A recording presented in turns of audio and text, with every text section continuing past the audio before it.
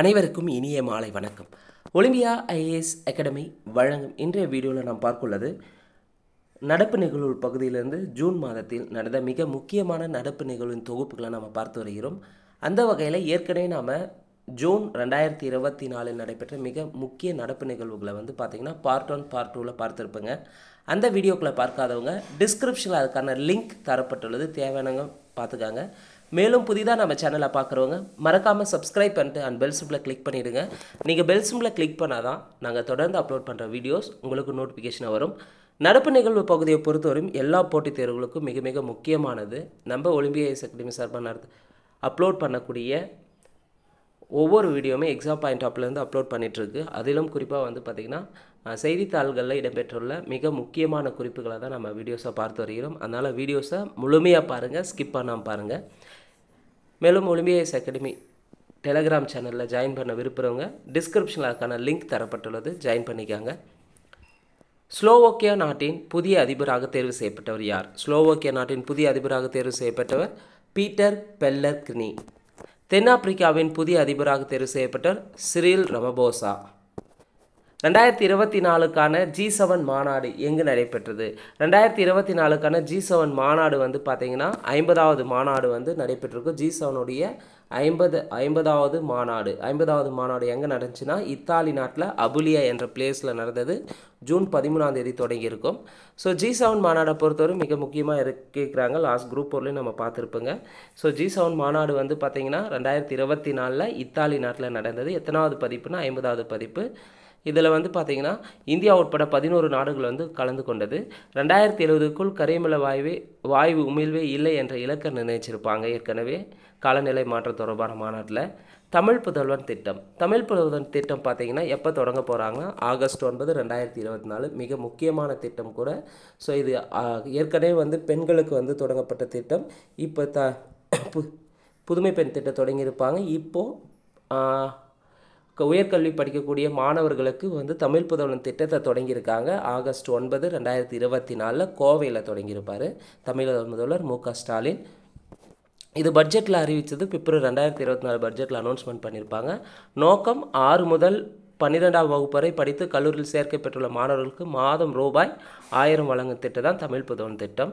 ஏற்கனவே தமிழக அரசு தொடங்கியுள்ள திட்டத்தால் எவ்வளோ மாணவர்கள் பயனடைஞ்சிருக்காங்கன்னா, காலை உணவு திட்டம் மூலமாக 16 லட்சம் மாணவர்கள், இல்லம் தேடி கல்வி மூலமாக 27 லட்சம் மாணவர்கள், நான் முதல்வன் திட்டம் மூலமாக 28 லட்சம் மாணவர்கள் பயனடைந்துள்ளனர்.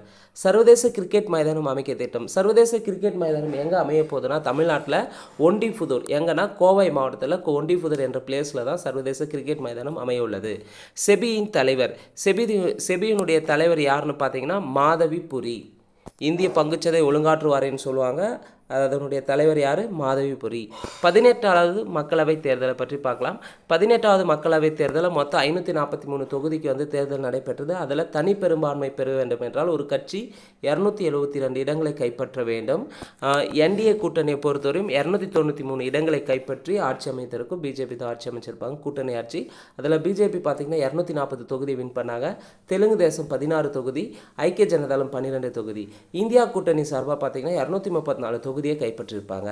18வது மக்களவையினுடைய முதல் கூட்டம் எப்போ தொடங்குதுன்னா ஜூன் 24 முதல் ஜூலை 3 வரை தொடங்கியிருக்கும். 18வது மக்களவையின் முதல் கூட்டம் ஜூன் 24, 2024 தொடங்கி ஜூலை 3 வரை நடைபெறும். தீயணைப்பு தினம் எப்போ அனுசரிப்பாங்கன்னா ஏப்ரல் 14ஆம் தேதி அனுசரிக்கிறாங்க. தீயணைப்பு வாரம் பார்த்திங்கன்னா ஏப்ரல் 14 டு ஏப்ரல் 21 வரை. காசநோய் 2024 தமிழ்நாட்டில் காசநோயால் பாதிக்கப்பட்டவர்களுடைய எண்ணிக்கை 42,000 பேர் இருக்காங்க. தமிழ்நாட்டில் காசநோயை முற்றிலுமாக ஒழிப்பதற்காக இலக்கு நிர்ணயித்துள்ள ஆண்டு 2025க்குள்ள. ஸோ 2025க்குள் தமிழ்நாட்டில் முற்றிலுமாக காசநோயை ஒழிக்க இலக்கு நிர்ணயித்துள்ளது தமிழக அரசு. 3ஆம் பாலினத்தவருக்கு இடஒதுக்கீடு, அதாவது 3ஆம் பாலின தேர்ட் ஜெண்டருக்கு 1% இடஒதுக்கீடு வழங்க மேற்கு வங்க மாநிலத்தில் இருக்கக்கூடிய கொல்கத்தா உயர்நீதிமன்றம் உத்தரவு தந்திருப்பாங்க. நாடு முழுவதும் பொது சிவில் சட்டம் அமல். ஸோ நாடு முழுவதும் பொது சிவில் சட்டம் எப்போ அமலாக போகுதுன்னு பார்த்தீங்கன்னா இப்போ அமலாயிடுச்சு. நாடு முழுவதும் பொது சிவில் சட்டம் ஜூலை 1, 2024 அப்படின்னு சொல்லியிருப்பார் மத்திய சட்ட அமைச்சர் அர்ஜுன் ராம் மேக்வால். பட்ஜெட்டை பொறுத்தவரை நிதியமைச்சர் நிர்மலா சீதாராமன் தாக்கல் செய்வாங்க. குறிப்பாக 2024 25ஆம் ஆண்டிற்கான பட்ஜெட்டை ஜூலை 23 வந்து 7வது முறையாக தாக்கல் செய்ய போகிறாங்க.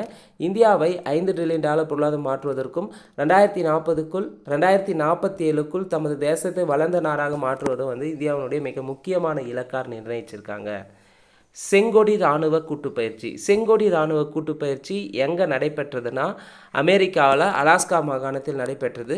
இந்த செங்கொடி இராணுவ கூட்டுப்பயிற்சியில் இந்தியாவினுடைய ரஃபேல் விமானம் முதல் முறையாக பங்கேற்றது. இந்தியாவின் முப்படை தலைமை தளபதியாக இருப்பவர் யார்? இந்தியாவினுடைய முப்படை தலைமை தளபதியாக இருப்பவர் அனில் சௌகான். வயநாடு மறுதேர்தல் நடைபெற்றிருக்கு. இதில் வந்து பிரியங்கா காந்தி போட்டிடுறாங்கன்னு சொல்லியிருப்பாங்க. ஊரக பகுதிகளில் மக்களுடன் முதல்வர் திட்ட முகாம் வந்து ஜூலை 15 முதல் செப்டம்பர் 14 வரை 2024 தொடங்கியிருப்பாங்க. முதல் கட்டமாக வந்து பார்த்திங்கன்னா சென்னையில் வந்து டெல்லி கிடையாது, இந்த சென்னை நகர்ப்புற உள்ளாட்சிகளை செயல்படுத்தினாங்க. எங்கன்னா சென்னையில் தொடங்கியிருப்பாங்க. டைப்பிங் மிஸ்டேக் ஆகிருக்கு. ஸோ இந்த மக்களுடன் முதல்வர் திட்ட முகாம் ஃபஸ்ட்டு வந்து சென்னை பகுதியில் தான் தொடங்கியிருப்பாங்க. அதுக்கடுத்து இப்போ ஊரக பகுதியில் விரிவாரி செஞ்சுருக்காங்க. ஜூலை 15 முதல் செப்டம்பர் 14, 2024 வரை ஊரக பகுதிகளில் மக்களுடன் முதல்வர் திட்டம் வந்து செயல்படுத்தியிருக்காங்க. தமிழ்நாட்டில் உள்ள கிராம ஊராட்சிகள் எண்ணிக்கை 12,525.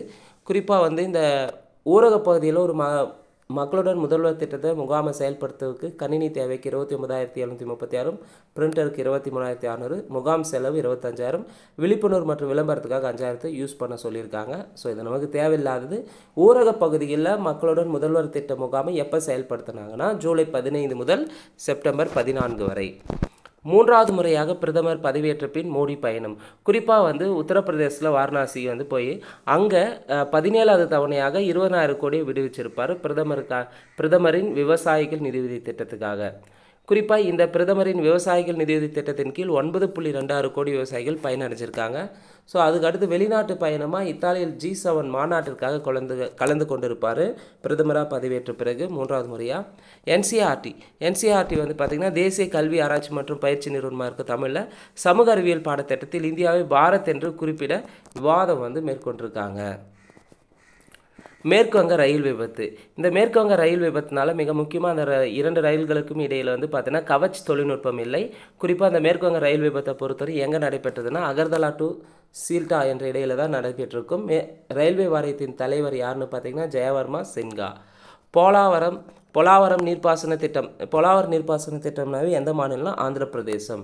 பஜன் கவுர் வில்வித்தை. பஜன் கவுர் பார்த்தீங்கன்னா வில்வித்தை போட்டியில் வந்து ஒலிம்பிக் தகுதி போட்டியில் வந்து இருப்பார். ஒலிம்பிக் தகுதி போட்டியில் வந்து போட்டிக்கு தங்கப்பதக்கத்தில் வந்து பஜன் கவுர் வந்து பெற்றிருப்பார். குறிப்பாக 2024 ஒலிம்பிக் போட்டி நடைபெறும் இடம் வந்து பாரிஸு. பஜன் கவுர் வந்து ஒலிம்பிக் தகுதி போட்டியில் தங்கப்பதக்கத்தை வின் பண்ணியிருப்பார். தகுதி போட்டியில், ஒலிம்பிக்கில் கிடையாது, தகுதி போட்டியில் வந்து பஜன் கவுர் வந்து வில்வித்தை போட்டியில் தங்கப்பதக்கம் வென்பார். இவர் பார்த்தீங்கன்னா 2024 ஒலிம்பிக் போட்டியில் தகுதி பெற்றிருந்தார். உலகின் சிறந்த பள்ளிகள் பட்டியலை வெளியிட்டது டீபோர் கல்வி நிறுவனம். பிரிட்டனை சேர்ந்த டீபோர் கல்வி நிறுவனம் வெளியிட்டது. இந்தியா சார்பாக 5 பள்ளிகள் முதல் 10 இடத்துல உள்ளன. நான் முதல்வன் திட்டம்னாவே 2024 தான் தொடங்கினாங்க. மார்ச் 1ஆம் தேதி தொடங்கியிருப்பாங்க நான் முதல்வன் திட்டம். குறிப்பாக மாணவர்களுக்கு திறன் மேம்பாட்டு பயிற்சிகள் வழங்குறது. இத்திட்டத்தின் ஒரு பகுதியாக 11 மாணவர்கள் 14 மாணவிகள் பங்கேற்கும் பிரிட்டனில் பயிற்சி மேற்கொள்ள போகிறாங்க. நான் முதல்வன் திட்டம் சார்பாக பார்த்தீங்கன்னா 14 மாணவிகளும் 11 மாணவர்களும் வந்து பிரிட்டனில் பயிற்சி பெற சென்றிருக்காங்க. அகழாய்வு. குறிப்பாக பொற்பனை கோட்டை அகழாய்வு. கண்டிப்பாக அகழாய்வு தொடர்பான நடப்பு நிகழ்வுகளில் கேள்விகள் இருக்கும், தெளிவாக பார்த்துக்காங்க. பொற்பனை கோட்டை அகழாய்வு எந்த மாவட்டத்தில் இருக்குன்னா புதுக்கோட்டை மாவட்டத்தில் இருக்குது. இங்கு நடைபெற்ற அகழாய்வில் சங்ககால மன்னர்களின் கோட்டையாக வந்து இருக்கலாம்னு சொல்லியிருக்காங்க. 44 ஏக்கர் பரப்பளவு நடைபெற்றிருக்கும். பொற்பனை கோட்டை அகழாய்வு பொறுத்தவரை முதற்கட்ட அகழாய்வு தொடங்கியது 2023 மே 20ஆம் தேதி தொடங்கியிருப்பாங்க. இந்த பொற்பனை கோட்டை அகழாய்வுக்கு தலைமை தாங்குது பேராசிரியர் இனியன். இந்த பொற்பனை கோட்டை அகழாய்வில் என்னெல்லாம் கிடைச்சிருக்குன்னா செங்கல் கட்டுமானம், வட்டச்சில்லு, மட்பாண்டம், குடுவையின் மேற்கொம்பு பகுதி, தங்க மூக்குத்தி, எலும்பு முனை கருவி, கார்னிலியன், பாசிமணி. அதே போல் பொற்பனைக்கோட்டை அகழாய்வின் இரண்டாம் கட்ட அகழாய்வு எப்போ தொடங்கினாங்கன்னா ஜூன் 18, 2024. அப்போ பொற்பனைக்கோட்டை அகழாய்வில் 2 கட்டமாக நடைபெற்றிருக்கு. முதல் கட்டம் 2023லும் 2வது கட்டம் 2024 தொடங்கியிருக்காங்க. புதிய குற்றவியல் சட்டம். குறிப்பாக வந்து 3 புதிய குற்றவியல் சட்டம் நாடு முழுவதும் ஜூலை 1, 2024 முதல் வந்து அமல்படுத்தியிருப்பாங்க. இந்திய தண்டனை சட்டம் 1816, குற்றவியல் நடைமுறை சட்டம் 1898, இந்திய சாட்சி சட்டம் 1872. இந்த 3 சட்டங்களும் மாற்றாக வந்து புதிய 3 சட்டத்தை ஏற்படுத்தியிருப்பாங்க. குறிப்பாக வந்து இந்த புதிய குற்றவியல் சட்டம் எப்போ நடைமுறையானது? ஜூலை 1, 2024 நடைமுறைப்படுத்தப்பட்டுள்ளது. இந்த 3 புதிய சட்டங்களுமே சமஸ்கிருத பெயரில் சூட்டப்பட்டுள்ளது. இது இந்திய அரசியலமைப்பு பிரிவு விதி 348க்கு முரணானதுன்னு சொல்லியிருப்பாங்க. நாடாளுமன்றத்தில் நிறைவேற்றப்படும் அனைத்து சட்டங்களும் ஆங்கிலத்தில் இருக்க வேண்டும் என்று தான் இந்த இந்தியன் கான்ஸ்டியூஷன் சொல்லுது. ஸோ இது வந்து எல்லாமே 3 சட்டங்களுமே சமஸ்கிருதத்தில் இடம்பெற்றுள்ளதுன்னு சொல்லிட்டு பெரிய விவாதமாக இருந்தது. ஸோ இந்த வீடியோவை பொறுத்தவரைக்கும் ஜூன் மந்தில் நடந்த மிக முக்கிய நிகழ்வுகளை பார்ட் 3ல் பார்த்துருக்குறேங்க. ஏற்கனவே நம்ம பார்ட் 1, பார்ட் 2 பார்த்துருக்குறேங்க. அந்த வீடியோ பார்க்காதவங்க டிஸ்கிரிப்ஷன் அதுக்கான லிங்க் தரப்பட்டுள்ளது, தேவையானவங்க பார்த்துக்காங்க. இனி வரும் காலங்களில் வந்து பார்த்திங்கன்னா குரூப் 2 2A ப்ரிலிம்ஸ் தேர்விற்காக வந்து பார்த்திங்கன்னா ஒலிம்பியா ஐஏஎஸ் அகாடமி சார்பாக ஆன்லைன் மற்றும் ஆஃப்லைன் மாணவர்களுக்காக இலவச முழு மாதிரி தேர்வு நடத்தப்படுகிறது. இந்த இலவச முழு மாதிரி தேர்வில் கலந்து கொள்ள விருப்பம் இருக்கிறவங்க 8489670372 என்ற நம்பரை வந்து ரெஜிஸ்ட்ரேஷன் பண்ணிக்காங்க. நிச்சயமாக அப்கமிங்காக வரக்கூடிய குரூப் 2 2 ப்ரிலிம்ஸ் தேர்வு கிளியர் பண்ணுறதற்கு நம்ம ஒலிம்பியா ஐஏஎஸ் அகாடமி சார்பாக நடத்தக்கூடிய மாதிரி தேர்வுகள் பயனுள்ளதாக இருக்கும். நன்றி, வணக்கம்.